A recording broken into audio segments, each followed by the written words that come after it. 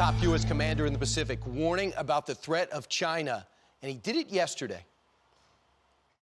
I think our conventional deterrent is actually eroding in the region, and it's because of the vast advances that the Chinese have undertaken in both terms of capacity over the last 20 years, and then in the next few years, the improvements they'll make in their capabilities as well.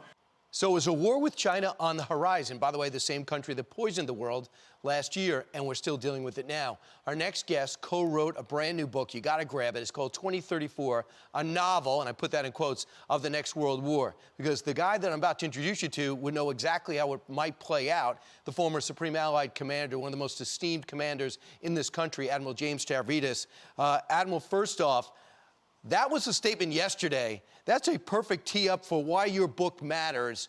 Was he getting us, was that a 5-alarm fire he was getting us ready for? I'd say it's a 4.5-alarm fire anyway, Brian. Look, that's Admiral Phil Davidson, the commander of all U.S. forces, Army, Navy, Marine Corps, Air Force, all across the Pacific and Indian Ocean.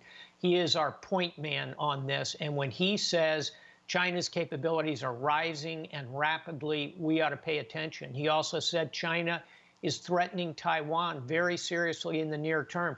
These are the kind of flashpoints that we put in the novel 2034 to try and make the point that this could happen. It's real. We have to prepare. Admiral, how would this play out? I mean, right now, they are building up rapidly. We're trying to maintain and grow a presence in the area. When this war, if this war does take place in 2034, who wins? You know, in the end, nobody really wins a war. But let's not give away the ending to the book. It's not the apocalypse. This is not an end-of-the-world kind of book. But it plays out in a series of escalations, Brian. It starts in the South China Sea with U.S. destroyers sunk, fighters who are forced down over Iran.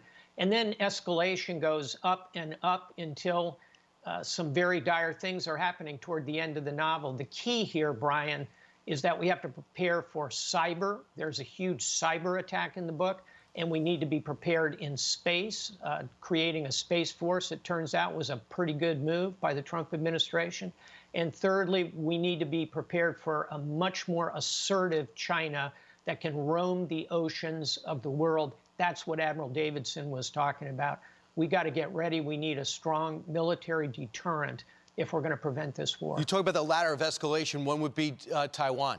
We've been allied to them. And China's foreign minister said this: the Chinese government has no room for compromise. We urge the new U.S. administration to fully understand the high sensitivity of the Taiwan issue and completely change the previous administration's dangerous practices of crossing the line and playing with fire.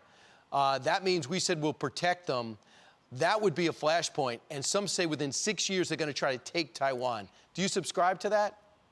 I worry about it a lot, and I believe the only thing preventing them from making a move this minute is uncertainty. They don't know what the U.S. response would be. Right. And the more we can support Taiwan with strong military capability, defensive military, the better we will be. Admiral, thanks so much for putting this book together. It's a novel, but it's based on how it's going to play out from your almost 40 years of service. 2034 is the name of the book, a novel of a next world war. Thank you, Admiral. Thanks, Brian.